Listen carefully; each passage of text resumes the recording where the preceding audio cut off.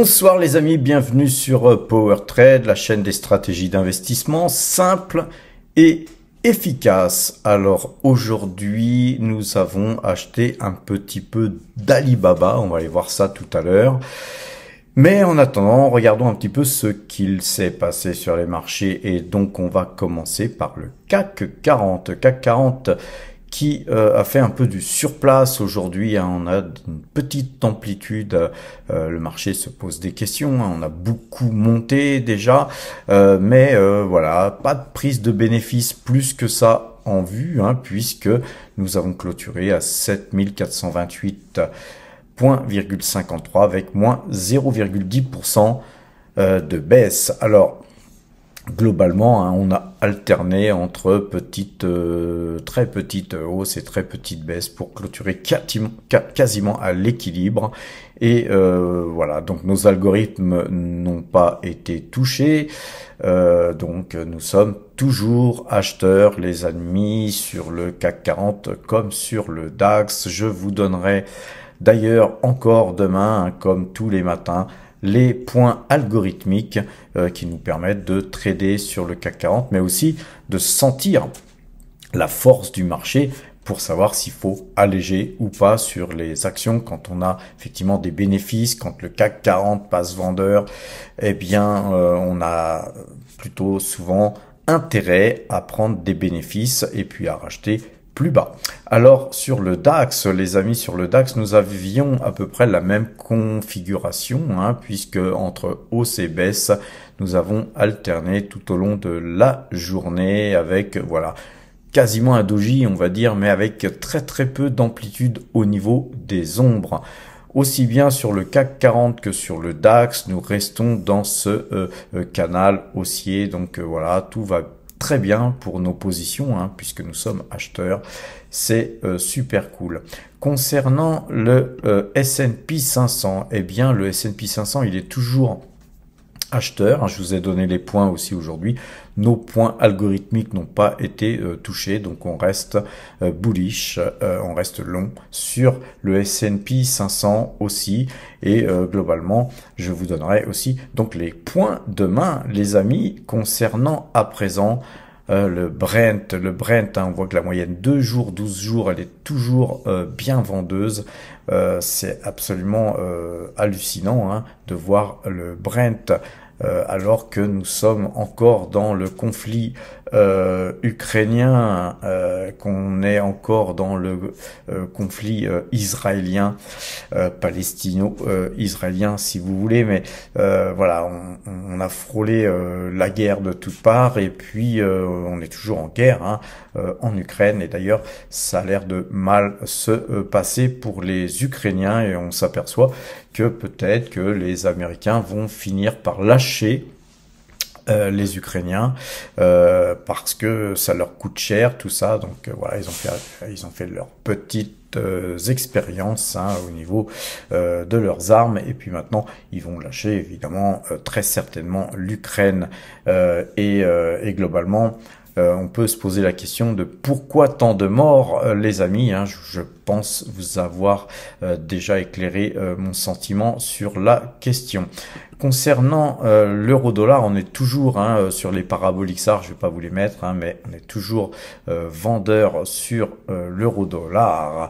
Sur Total Energy, journée très flat, hein, mais une bougie, hein, de soutien, donc peut-être, puisqu'en fait on a tendance à ne pas vouloir casser, hein, ces cours là ici, donc c'est une très belle zone, hein. C'est un support sur lequel nous allons voir est-ce que nous allons rebondir dessus ou tout simplement allons-nous casser ce support.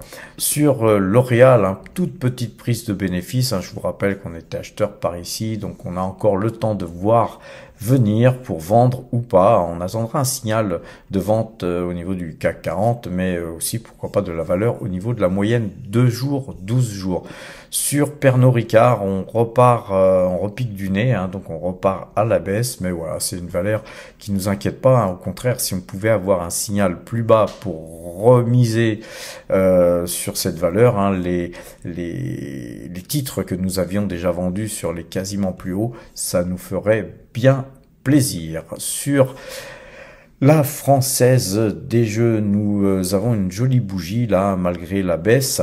Je pense que voilà, nous sommes encore acheteurs sur cette valeur et on n'a pas vu, je pense, encore les plus hauts qu'on pourrait faire dans les jours qui viennent.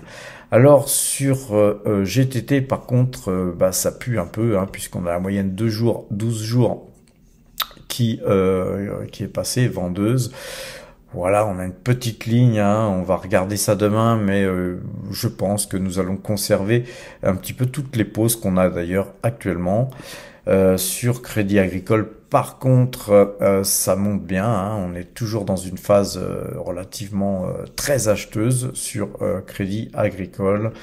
Et sur ALDI NX, là, nous sommes dans une configuration qui est très sympathique puisque la bougie, même si on est à l'équilibre, eh bien, on a vu que sur les plus bas, on se brûle, hein, et on repart de l'avant. Donc, je pense que c'est une valeur qui va certainement aller au-dessus de 22 très très rapidement, mais voilà, l'avenir nous le dira. Et de toute façon, on a la moyenne 2 jours, 12 jours pour éventuellement nous permettre de couper une position. Si vous tremblez, les amis, moi je vais rester long terme sur ce titre. Par contre, sur Hermès, très très belle configuration puisque nous avons la moyenne 2 jours, 12 jours qui croise.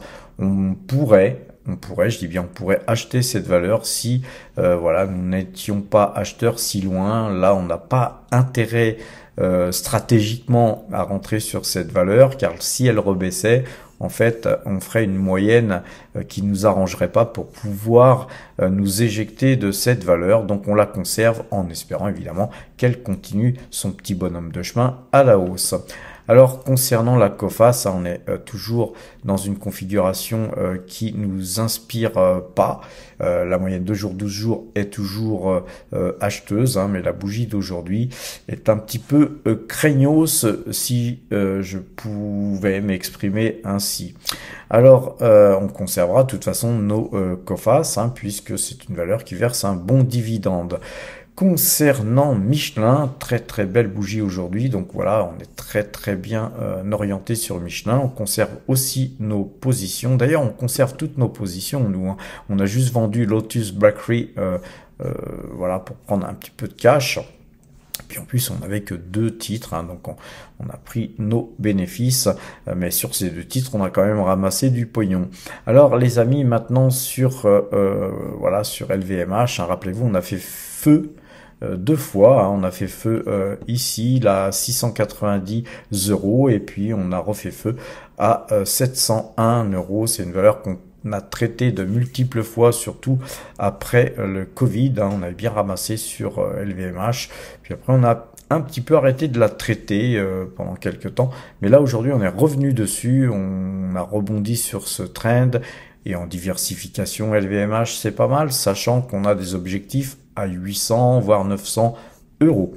Alors sur le titre Dassault Systèmes, nous avons une bougie, hein, de consolidation là, puisqu'on a bien monté, donc on n'a même pas fait de pullback, on est en train de consolider environ peu ou prou au centre de cette bougie. Je vais zoomer, vous allez voir que cette bougie elle est voilà, quasiment au centre, elle est quand même légèrement dans la partie supérieure centrale de la bougie de la veille. Il ne me serait pas étonnant de voir ce titre monter, et monter même relativement bien demain, l'avenir nous le dira. Sur Téléperformance, mais franchement, qu'est-ce qui m'a pris d'acheter ce titre? Voilà, heureusement les amis, c'est une petite pause, hein, vous savez, quand on a beaucoup gagné, on a le droit de s'offrir des petits trades on va dire des trades dangereux, et puis voilà, pour s'amuser.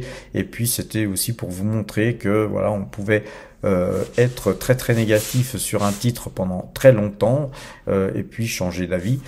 Voilà, et j'ai eu ce malheur de changer d'avis sur Téléperformance. Alors moi je vous avais dit depuis très très longtemps que les objectifs de Téléperformance c'était 50 € les amis. 50-60 €. Donc vous voyez, nous sur Téléperformance, si on devait refaire feu, ça ne serait qu'à 50 €, voire 60 €, mais pas entre les deux, puisque voilà, tels sont mes objectifs. Sur BNP, les amis, sur BNP, c'est la fête, puisque la BNP, elle prend encore 0,74%. Alors voilà, je vais pas vous faire tous les titres que nous avons en portefeuille, mais là vous voyez par exemple sur Taiwan Semiconductor, demain on pourrait avoir un signal d'achat sur cette valeur si elle continuait sa hausse. Qu'a-t-on aussi en portefeuille? Et aussi on a Kaufman et Broad là qui montent très très bien. Donc voilà, on a des valeurs qui baissent, des valeurs qui montent. Mais hier, voilà, on avait acheté SS2I à 52, voilà, on est à 52,80. Elle prend plus 1,15%. Voilà, globalement, tout va bien. Sur justement Lotus Bakery, rappelez-vous, on avait acheté à 7480, on était sorti à 7880. Donc on avait gagné 400 boules sur ce titre. Et puis aujourd'hui, on fait 0, mais on a quand même tenté la baisse. Donc voilà, nous, en tout cas, on est content d'avoir pris ce qu'il y avait à prendre sur ce titre. Et on reviendra dessus très certainement le moment venu, quand il y aura une configuration graphique qui s'y prêtera. Concernant justement Realty Income, rappelez-vous, c'est une valeur qu'on avait achetée depuis pas mal de temps. Je vais un petit peu vous remontrer un petit peu le cinéma qui s'était passé. Je vais carrément aller plus vite. On avait acheté ici à 60 €, ici sur un signal d'achat. C'était déjà il y a pas mal de temps, puisque c'était l'année dernière. C'est un titre qu'on a acheté et vendu plusieurs fois. On l'a traité pas mal de fois, mais surtout, regardez là, tout ce qui est en bleu ici, c'est tous les mois, nous avons un dividende qui tombe. Et on a à peu près 20 et quelques centimes qui tombent tous les mois. Donc c'est un titre, moi, que j'apprécie bien, justement, pour son dividende. Et là, ces deux achats que nous avons fait consécutivement, 2 jours de suite, ça nous permet effectivement d'augmenter le ratio de nos dividendes qui tombent donc chaque mois. Et c'est bien, puisque quand on a des dividendes qui tombent d'une manière régulière, ça nous permet de pouvoir investir dans autre chose que Realty Income, ou de pouvoir tout simplement conforter nos positions sur cette même valeur. En tout cas, c'est une valeur, comme je vous l'ai dit, qui s'est bien ramassée. On parle plus trop de hausse de taux maintenant, on serait peut-être plutôt dans le statu quo, voire un retour à quelques baisses de taux l'an prochain. Donc si c'était ça, ça ne serait que super positif pour justement Realty Income. Donc bien sûr, on conserve et on lorgne, parce que si on pouvait racheter cette valeur un peu plus bas, ça ne serait que mieux. Alors, sur Coca-Cola, très belle journée. On n'a pas clôturé encore sur le marché américain, mais vous voyez bien que là, actuellement, le titre cherche à casser cette zone. Vous voyez que toute cette zone ici, eh bien, elle sert vraiment de résistance. Je pense qu'à un moment donné, vu qu'il y a un trend ici sur lequel on rebondit à chaque fois, je pense que si c'est pas aujourd'hui, ça sera certainement demain que nous allons casser cette résistance. Effectivement, si on n'arrivait pas à casser cette résistance, on finirait par casser ce trend blanc là, et là, dans ce cas-là, Coca-Cola repasserait vendeur, tout simplement. Donc sur Lockheed Martin, on voit qu'on latéralise, rien de spécial. Voilà, et on va terminer sur deux valeurs sympathiques, Google.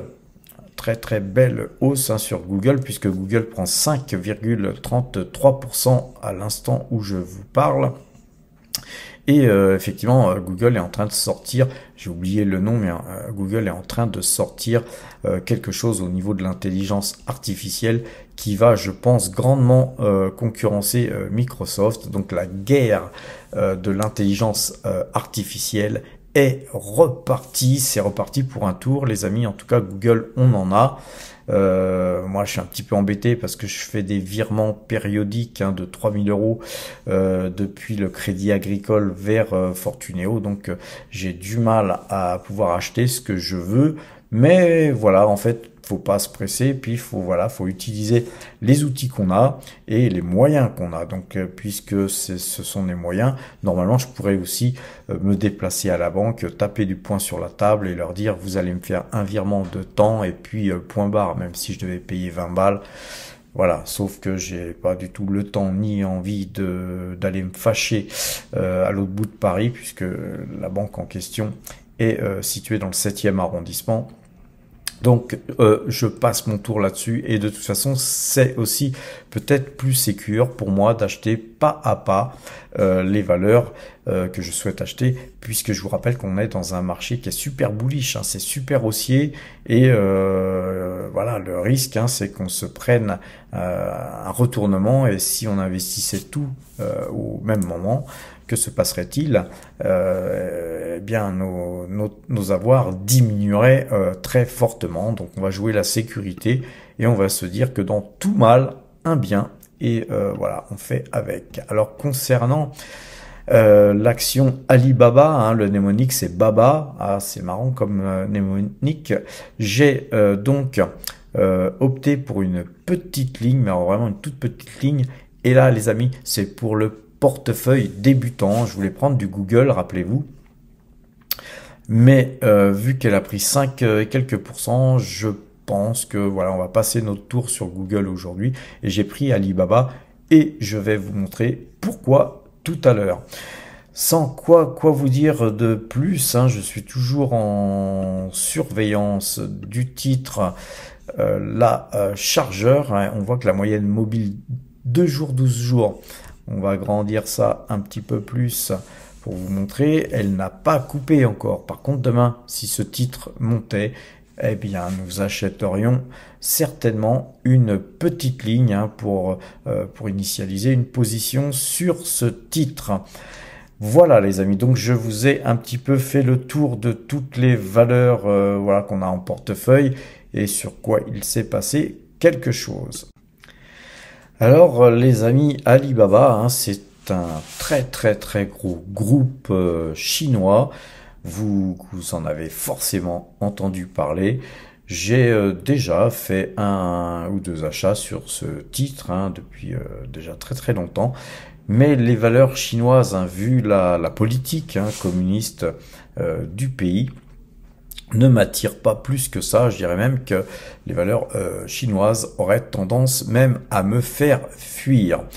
Cependant, cette valeur dispose encore de beaucoup d'atouts, malgré qu'elle commence à avoir sur son propre territoire des concurrents, et surtout un concurrent sérieux.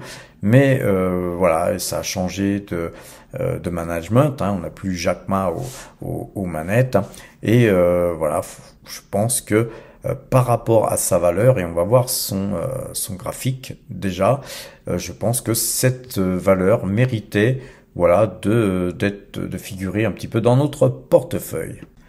Alors les amis, on regarde Alibaba en mode graphique weekly, c'est un graphique semaine, donc chaque bougie c'est une semaine, et on voit que la descente aux enfers,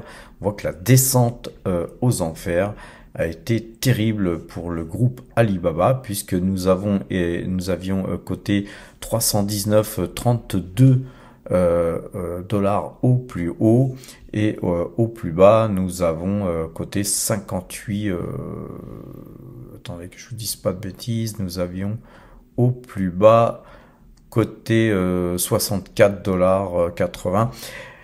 Et aujourd'hui, nous sommes à 72,26. Donc nous, on l'a acheté, je sais plus, à 72 tout à l'heure.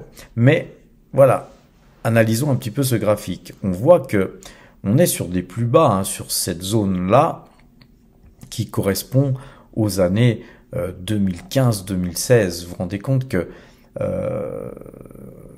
on aurait pu acheter cette valeur à ce prix-là dans les années 2015. Donc c'est pour moi, je pense, une opportunité de rechoper ce titre sur ces niveaux, puisque là on a vraiment un support qui est béton, hein, puisqu'on a 1 point, 2 points, 3 points, on pourrait les tracer. Donc on risque quoi? On risque de, même en achetant à 72, on risque d'aller à 59,60. C'est à mon avis le risque maximum. Mais comme nous avons acheté une toute petite ligne de rien du tout, ça nous permettrait effectivement de nous renforcer sur ces prix-là. Maintenant, c'est pas parce qu'on achète sur ces supports que ça ne pourrait pas casser puis qu'on ne pourrait pas aller beaucoup plus bas. Rien n'est impossible, les amis. Par contre, quand on voit la baisse qu'il y a eu ici et qu'on trace, on va tracer un trend, hein, vous savez que j'aime bien tracer ce type de canal. On avait ici un joli canal, voilà, on avait un joli canal baissier et nous l'avons cassé, hein. Donc là, a priori, on fait un pullback. On est reparti un peu peut-être trop fortement au moment du pullback et on refait un pullback. Donc on va avoir peut-être 2 pullbacks avant de repartir. Ou peut-être que nous allons latéraliser, qui sait. Nous, on aimerait bien que ce titre latéralise un peu, voire qu'il baisse encore un petit peu pour pouvoir le racheter à bon compte. Alors, petit disclaimer, les amis, sur Alibaba, on ne fait pas FOMO, hein, on n'arrive pas et on fait pas tapis à mettre...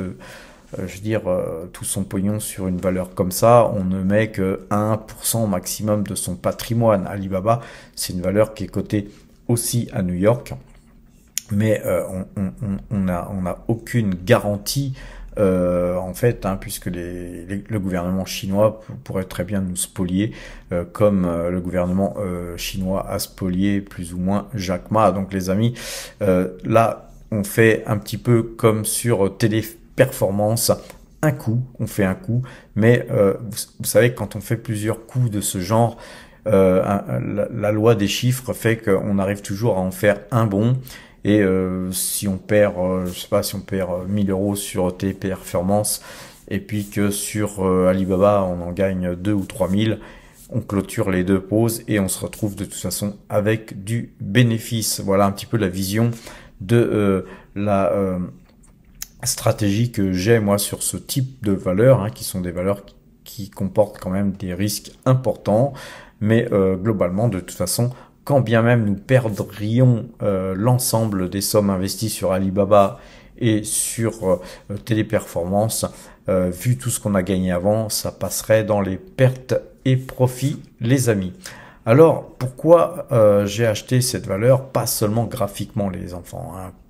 Avant de se pencher sur une valeur pareille, j'ai bien sûr étudié beaucoup plus le dossier que nécessaire même.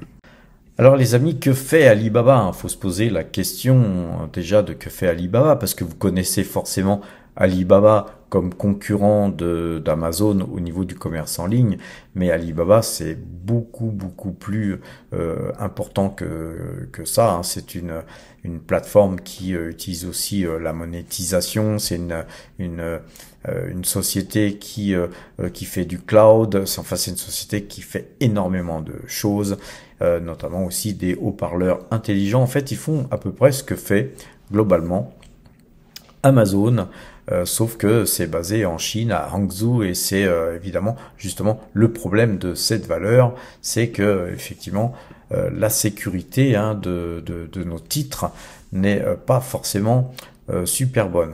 Mais quand on regarde la valorisation de cette société, la croissance, la profitabilité, etc., vous voyez, dans ce type de camembert, on voit qu'on coche toutes les cases, le dividende, et on verse un bon dividende pour ce type de valeur, le bilan est très bon, la profitabilité est très bonne, la croissance, elle est plus que bonne, elle est excellente, et la valorisation, eh bien, c'est une valeur value, elle est super sous-évaluée par rapport à ce type de valeur. et par rapport à ce qu'elle devrait coter en fait. Tout simplement parce qu'il y a un questionnement actuellement au niveau du management, et on voit que au niveau du management, eh bien, elle n'est pas super bien notée. Pourquoi? Parce qu'effectivement, les opérateurs, les investisseurs regrettent Jack Ma, et puis les derniers les dernières allocutions du président de cette société fait que en fait visiblement il ne souhaite pas faire en sorte de vendre par morceaux, hein, de faire coter par morceaux les différentes filiales de cette société, et donc ça plaisait au marché, et le fait qu'il recule là-dessus, ou au moins qu'il temporise, eh bien effectivement ça fait énormément baisser ce titre qui avait déjà beaucoup baissé. Et vous savez que en fait c'est quand un titre est massacré qu'on fait les meilleures affaires, quand effectivement les fondamentaux sont bons. On ne parle pas de Atos ou de valeurs comme ça. Hein, regardez un petit peu la profitabilité, la croissance, le bilan, le dividende et la valorisation. Là, on a tous les paramètres qui sont cochés. Il suffirait que le management se porte mieux, communique mieux, et on verrait effectivement le titre certainement exploser à la hausse. Alors, au niveau valorisation, justement, on voit hein, que le titre, hein, il est sous-évalué de 67,7%. Donc, vous voyez, on va dire 67% de sous-évaluation, c'est vraiment beaucoup. Donc, personnellement, j'ai du mal à imaginer que ce titre aille beaucoup, beaucoup plus bas. Et d'ailleurs, hein, sur Value Investing, hein, sur les screeners de Value Investing, il est valorisé avec 5 étoiles. Donc c'est une très très bonne note hein, qu'a Alibaba là-dessus. Quand on regarde les paramètres de croissance, c'est pareil, hein, quand on regarde l'évolution du chiffre d'affaires depuis 2019, ce chiffre d'affaires, il ne fait qu'augmenter, même si en 2023, il n'a pas augmenté d'une manière aussi importante que ces dernières années. Au niveau du résultat, eh bien ce résultat, eh bien, il ne fait qu'augmenter, évidemment aussi, beaucoup moins en 2023 que sur les autres années. Concernant le flux de trésorerie, là on a eu en 2021-2022, je pense que ça c'est sujet au Covid, on a eu une petite répercussion négative sur le flux de trésorerie, mais cependant, eh bien en 2023, le flux de trésorerie revient dans les normes, et donc voilà le résultat brut, hein, il est somme toute très bon. Donc en fait on a, ceci dit, hein, quand on regarde dans les chiffres, la croissance hein, du chiffre d'affaires, c'est sur 5 ans, hein, si on fait une moyenne, c'est 40%, 40,10% de croissance de chiffre d'affaires. Voilà, je connais pas beaucoup de sociétés qui ont une croissance pareille. La croissance du résultat brut, c'est plus 26%, les amis. Donc c'est une belle croissance du résultat brut hein, sur 5 ans, pardon, toujours. Et le résultat net, c'est plus 7,3%. Donc c'est un peu moins, mais ça peut se comprendre. Et la trésorerie, hein, le flux de trésorerie, c'est plus 17,9%. Donc tout va bien hein, pour en fait Alibaba. Donc en fait la baisse ne se justifie pas un seul instant. Sur la profitabilité, hein, c'est pareil, on lui donne 4 étoiles sur Value Investing, et on voit que c'est quand même une très très bonne note hein, puisque la marge brute elle augmente de plus 39% sur 5 ans, la marge d'exploitation elle augmente de plus 18,6% aussi sur 5 ans, et la marge nette plus 14,2%. donc voilà, tout va bien pour Alibaba. On pourrait regarder les éléments de recherche et développement. On voit que au niveau du résultat brut, hein, on a aussi de bons résultats, hein, puisqu'on est à plus 19,1%, etc. Donc le CAPEX, hein, sur 5 ans, CAPEX sur résultat net, il est de plus 49,5%. Donc c'est vraiment des chiffres excellents qu'on peut voir, hein. Et par contre, on a une baisse, hein, du ROIC peut-être. Voilà, donc c'est pas méchant, hein, mais voilà, si on regarde d'ailleurs sur le capital investi, non, en fait, le ROIC en retour sur capital investi, on est sur 5 ans à plus 10%. Donc voilà, tous les chiffres sont très très bons. Vous savez que j'aime bien, moi, regarder le ROE. Le ROE, retour sur capitaux propres, sur 5 ans, il est de 13,4%. Donc en fait, tout va vraiment très très bien. Et quand on étudie le bilan, hein, sur donc justement value investing, on s'aperçoit que c'est très très bien, hein, puisqu'on a effectivement, quand on regarde les actifs court terme et long terme comparés aux passifs, eh bien on a beaucoup plus d'actifs que de passifs, donc c'est très très bien, hein, je peux pas dire mieux. Et globalement, une chose intéressante à voir, c'est la dette sur capitaux propres qui est de plus 16,11%. Donc voilà, je vous ai un petit peu donné tous les éléments, hein, concernant justement concernant ce que donne justement value investing. Et globalement, moi personnellement, graphiquement, quand je regarde le graphique, je me dis que c'est une belle opportunité, les amis.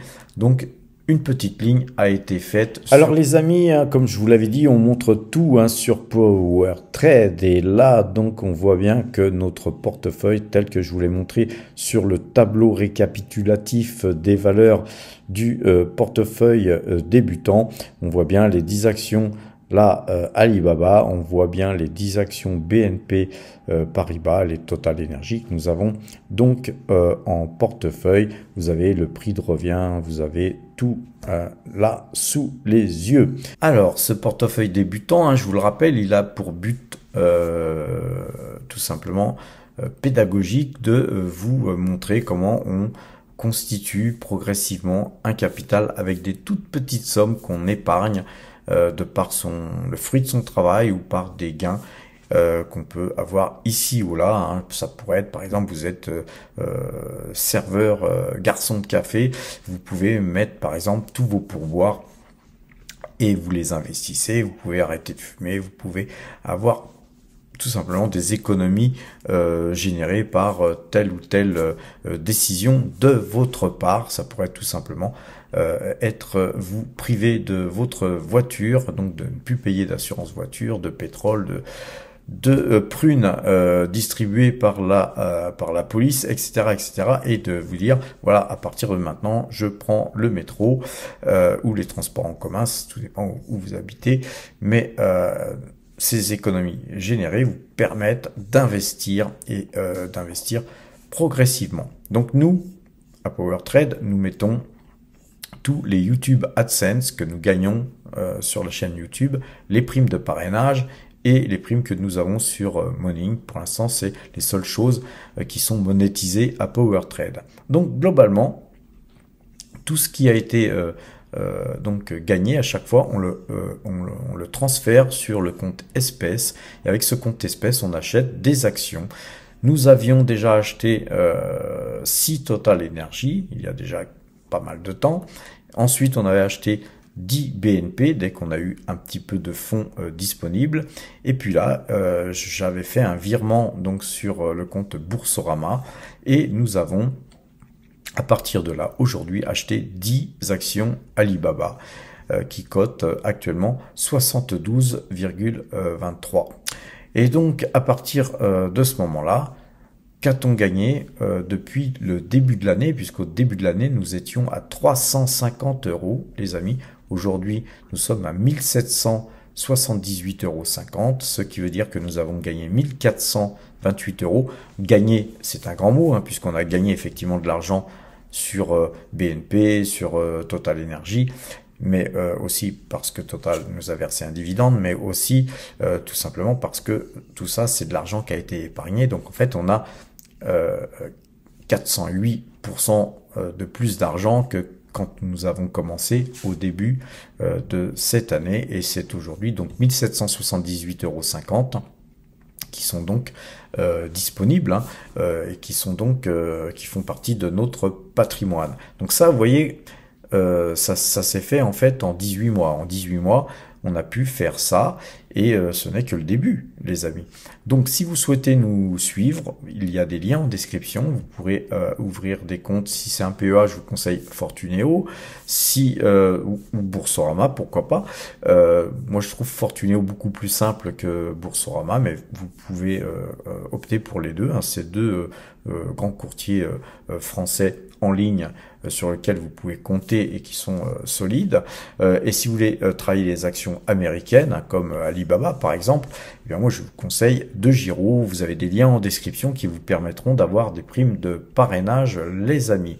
Alors, concernant le portefeuille PowerTrade, rappelez-vous, le portefeuille PowerTrade, c'est un portefeuille père de famille. Voilà, il existe depuis 45 ans bientôt. Et ce portefeuille, il y a 45 ans, il était à l'image du portefeuille que je viens de vous présenter. C'est-à-dire que j'ai commencé moi aussi de zéro.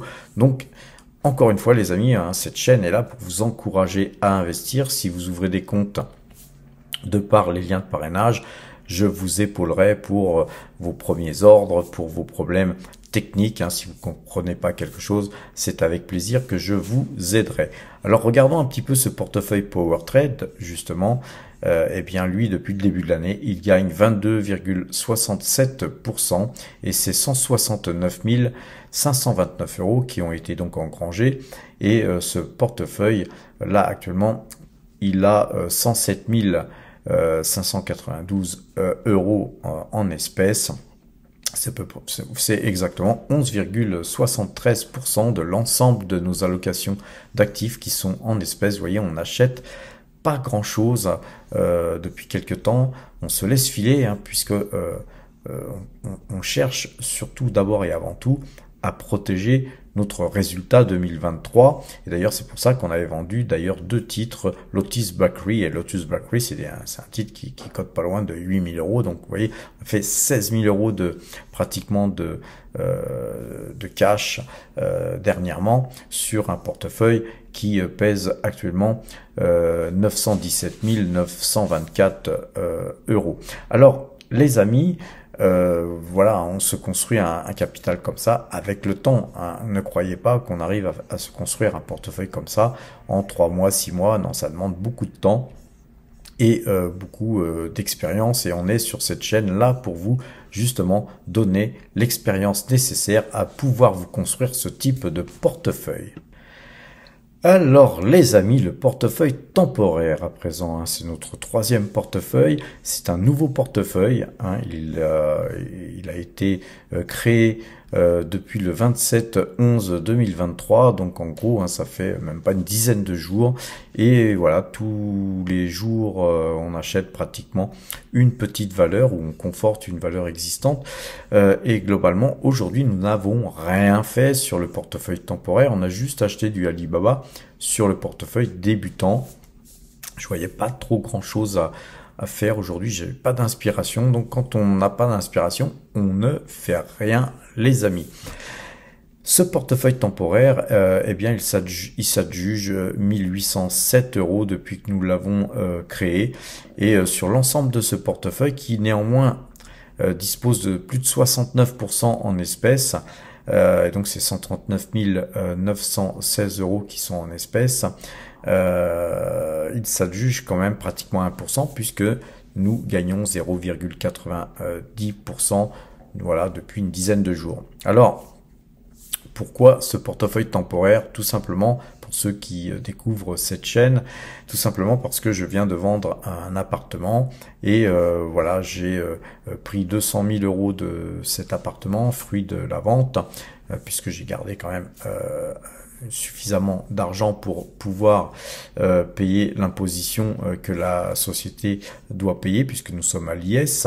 Et donc ces 200 000 € doivent être investis partiellement, au moins avant le 31 décembre. 31 décembre, date à laquelle nous clôturerons les comptes et donc nous afficherons combien tous les portefeuilles ont gagné, notamment le portefeuille Power Trade qui est notre plus gros portefeuille. Et au 1er janvier, nous allons scinder le portefeuille Power Trade et le portefeuille temporaire. C'est pour ça qu'on l'a appelé portefeuille temporaire, parce que temporairement on investit, et pour pas brouiller les pistes, pour que le portefeuille Power Trade puisse être un portefeuille qui est suivi tous les jours, on va pas rajouter des sommes comme ça subitement. Ça pourrait déjà poser des problèmes pour valoriser un portefeuille du 1er janvier au 31 décembre et de montrer combien nous avons gagné sur nos investissements. Donc ce portefeuille temporaire se scindera, je viens de vous le dire, au 1er janvier au portefeuille donc Power Trade. Les amis, nous avons aussi un autre portefeuille. Rappelez-vous ce fameux compteur à pépettes qu'on va aller voir tout de suite. Et lui, ce portefeuille, c'est un portefeuille de warriors, de gens qui travaillent sur les futurs. Et ce portefeuille se porte bien, actuellement très très bien, même dirais-je. On voit que la plus-value journalière, elle bouge pas. On est à 75 € là actuellement, mais on va aller voir ce que fait donc notre portefeuille. Concernant le marché futur. Donc au niveau des futurs aujourd'hui, eh bien on fait pas grand chose, on gagne 35 €. Mais rappelez-vous, on a quand même beaucoup ramassé ces derniers temps sur ce contrat qui a été acheté à 7283,50. Mais là actuellement on est à 7449, ce qui veut dire que le CAC 40 a tendance à se reprendre là hors séance, puisque là les cours bougent, les cours fluctuent, pas beaucoup puisqu'on est en hors séance, mais il y a quand même des variations sur le CAC 40 qui font que nos plus-values latentes sont de 1650 € sur ce contrat. Alors regardons un petit peu justement ce compteur à pépettes. Les amis, au moment du compteur à pépettes, c'est toujours l'occasion de me faire un petit pouce bleu, de vous abonner si vous découvrez cette chaîne et que cette chaîne vous intéresse. Activez la cloche aussi pour avoir les notifications. Et à présent, passons au compteur à pépettes. Et là, ça cartonne sur le compteur à pépettes. Nous sommes là actuellement sur le CAC 40 et vous voyez que le CAC 40, il nous fait gagner 173 points sur le trade en cours initialisé le 28/11/2023 et globalement sur ce fameux CAC 40, c'est 3003 points qui sont engrangés. Rappelez-vous, on est à 10 € le point sur le CAC 40 et pour ce faire, nous avons traité 52 fois gagnant pour 49 fois perdant. Sur le DAX, alors sur le DAX, c'est absolument indécent. Nous gagnons 617 points sur le DAX au moment où je vous parle et globalement, c'est 5704 points qui sont engrangés. Et le DAX, les amis, ça se traite à 25 € le point. On va voir ça tout à l'heure. Ça fait tourner la tête. C'est 36 trades gagnants pour 32 trades perdants qui ont été réalisés pour finaliser ce résultat. Alors, le S&P 500, lui, n'est pas en reste, puisque sur tous les marchés, on gagne de l'argent, les amis. Pour l'instant, là, sur le trade en cours, qui était négatif hier, mais on repasse dans le vert, et donc ce S&P 500 nous fait gagner 12 points actuellement sur le trade en cours. C'est 1141 points qui sont engrangés sur le S&P 500 depuis que nous traitons cet indice qui a été traité 31 fois gagnant et 30 fois perdant. Sur le Brent, les amis, nous sommes toujours vendeurs sur le Brent. La moyenne 2 jours, 12 jours, rappelez-vous, vous l'avez vu sur le graphique tout à l'heure, elle est croisée à la vente. Voilà, nous sommes donc gagnants de 5,19 pips sur le trade en cours. C'est 34,16 pips qui sont engrangés. depuis que nous traitons le Brent. Et pour ce faire, nous avons traité 19 fois gagnant pour 14 fois perdant. Petit disclaimer, hein, les amis, sur le Brent, nous travaillons avec la moyenne 2 jours, 12 jours paramétrés à la clôture. Sur le DAX, sur le CAC 40 et le S&P 500, nous traitons ces indices sur les algorithmes que je vous donne tous les matins. Hein, je vous fais un short pour vous donner les points. Profitez-en à regarder un petit peu les scores que l'on affiche. Et si vous souhaitez, vous pouvez aller voir toutes les vidéos précédentes pour voir si ce que je vous dis c'est du pipeau, hein, puisque tout est vérifiable sur PowerTrade. Tout ce que je vous dis, c'est toujours la veille pour le lendemain ou le matin même pour juste avant la clôture, les amis. L'euro-dollar, lui, eh bien, il remonte un petit peu, mais on est toujours vendeur sur l'euro-dollar et on gagne un tout petit peu d'argent sur l'euro-dollar. C'est pas grand-chose. On va d'ailleurs regarder ce que nous fait gagner, c'est ce que nous font gagner ces 5 indices. Eh bien, c'est 187 264 € depuis voilà 18 mois. Donc on marche très très fort, hein, les gars.